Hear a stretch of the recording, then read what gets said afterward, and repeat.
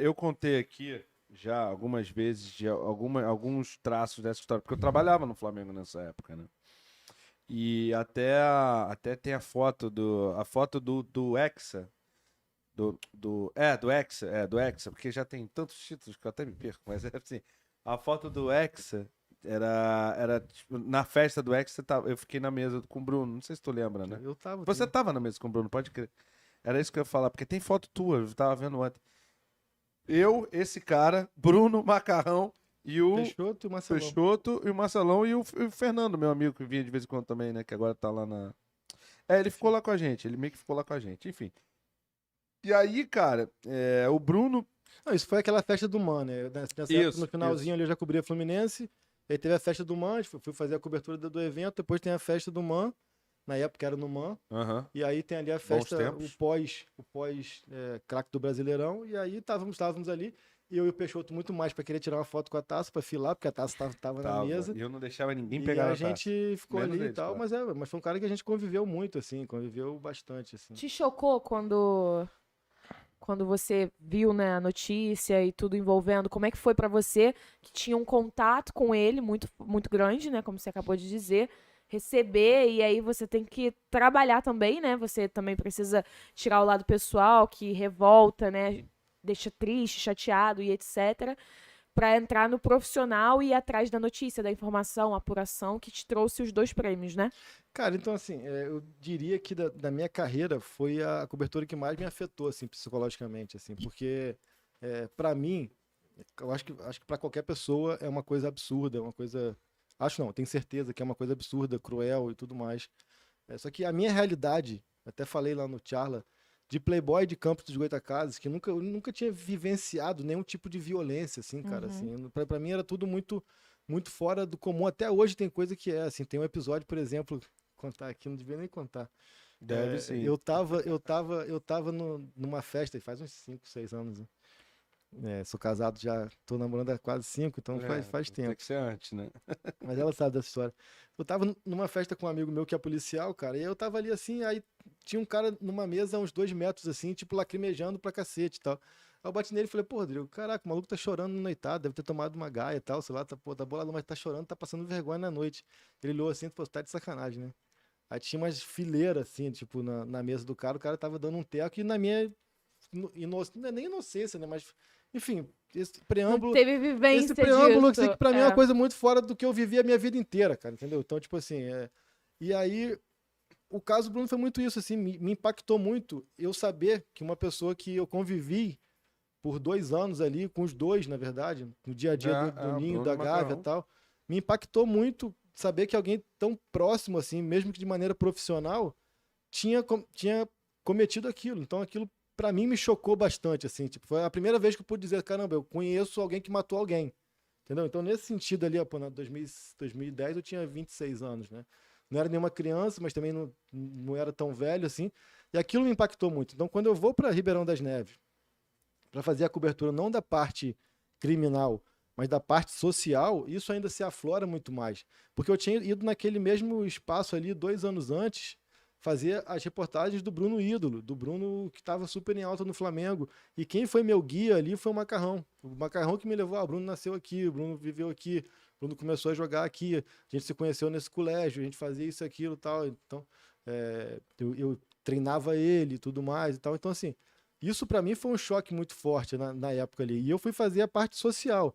Então, além do que eu já tinha vivido ali fazendo uma cobertura, pô, você vai no colégio, aí tu conversa com a primeira professora, aí você vai, tu vê o boletim, aí tu vê a fotinho lá do moleque novinho e tal.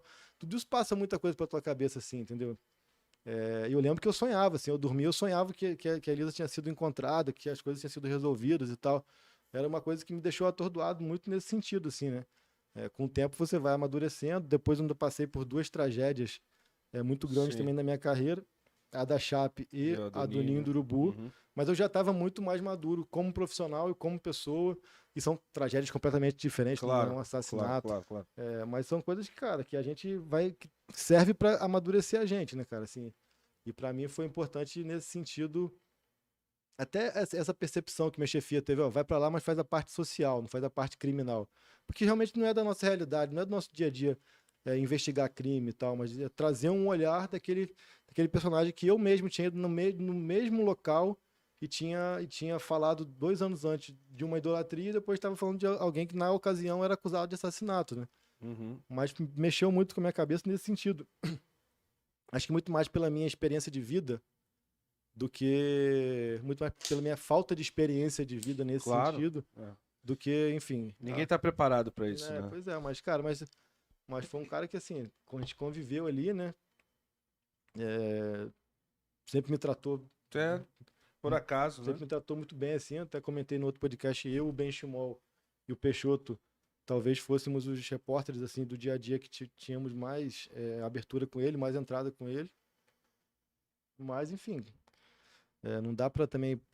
nada atenua o que aconteceu, né? Eu posso falar da minha experiência naquele recorte de tempo. Isso eu posso falar. Mas isso não atenua em nada e é irrelevante pro todo. Pro todo, é. Mas como foi quando você recebeu a notícia de que ele estava envolvido? Ou em que momento você... Caraca, tipo, que momento a ficha caiu pra você? Porque assim como você conviveu bastante com ele, e, enfim, e o Benchimol, também é outro brother nosso aí também, que é um cara que me tratava bem nessa época aí que a gente tá falando. E, enfim, como ele tratava vocês, ele me tratava bem também, mesmo eu não era nada ainda. Depois eu até vim pro Flamengo, tal, na época do acontecido, eu trabalhava no Flamengo, mas ele sempre me tratou bem. Eu lembro de uma vez que eu fiz um trabalho lá na faculdade, que tinha que falar o nome do projeto, eu tinha que inventar um projeto, sei lá, uma empresa, ou não sei o quê, e tinha que ter jingle, tinha que ter não sei o que tal, que era ADM, né, que eu fazia. E aí no jingle eu falei, ao invés de ser jingle, pode ser vídeo de algumas pessoas famosas? Pode. Aí ele foi um cara que eu pedi e ele fez de boa, entendeu? O nome era show de bola até. Ele fez, e ele não era uma coisa usual dele, ele não fazia... direto ele abandonava coletiva, quando alguém fazia uma pergunta assim que ele não gostava. Ele era um cara de uma personalidade muito complicada, né? Então, quando você recebeu a notícia de fato, qual foi a tua primeira reação? Tipo, não acreditar, ou negar, ou falar... O que você lembra disso? Cara, eu não lembro de nenhuma coisa assim, nenhum momento, assim, porque não foi uma situação que foi algo cabal, assim, que chegou e teve um tiro indo, né? e foi visto e todo mundo sabe. A gente que estava no dia a dia, a gente sabia da história por N episódios que tinha acontecido, da própria Elisa aí no CT e tal, e enfim, o Extra fez uma cobertura muito em cima do lance, no caso, na época, e alguns momentos em que o Bruno se incomodou e rebateu um repórter A, ou B, ou C. Então era uma coisa que a gente sabia que existia aquele conflito, assim, mas fora isso, não tinha. O choque mesmo foi isso, quando eu passei uma semana em Ribeirão das Neves, ele já estava preso, já estava tudo isso, assim, e aí sim, de repente, aí que a ficha cai do que realmente estava acontecendo, né? Mas foi bem isso, cara, assim, ainda é muito impactante, cara, assim, não só a brutalidade do que aconteceu, mas como isso, repito, assim, talvez tenha sido, que eu saiba, pelo menos, é a única pessoa que eu me relacionei, que eu convivi, que matou alguém, entendeu? Ou que mandou matar, que seja. Então isso impacta, né? Você encontrou ele depois do episódio? Não, nunca mais. Entendi. Tinha como, né? Como que eu encontrei? Não, depois do episódio solto, né, cara? Não. Fazendo propaganda aí, fazendo uma propaganda meio né, coisada, enfim. Mas eu até falei com ele agora, faz uma semana, por causa do Charla, que ele veio comentar comigo, que você falou isso, mas foi super educado, você falou que eu não atendia criança e tal, não entendi por quê. Eu falei, cara, não, só falei que tinha situações onde você era super solícito, saía, deixava luva, camisa, chuteira, dava tudo, e tinha situações onde você passava direto, assim, até falei, né, no outro podcast, falei, cara, assim, é uma época onde você falar que alguém é bipolar, era até menos pejorativo e menos pesado do que é hoje. Verdade. E aí tem a questão de que o cara acorda de ovo virado, outro dia o cara acorda mais assim, nada fora do normal. Foi uma forma que eu exemplifiquei, ele me questionou nesse sentido, mas repito, de maneira super educada. E eu esclareci, tudo bem, assim, mas zero contato, assim. Eu lembro, eles andavam sempre juntos. Eu tinha combinado uma semana antes de tudo vir à tona, né? De jogar videogame lá em casa, ele.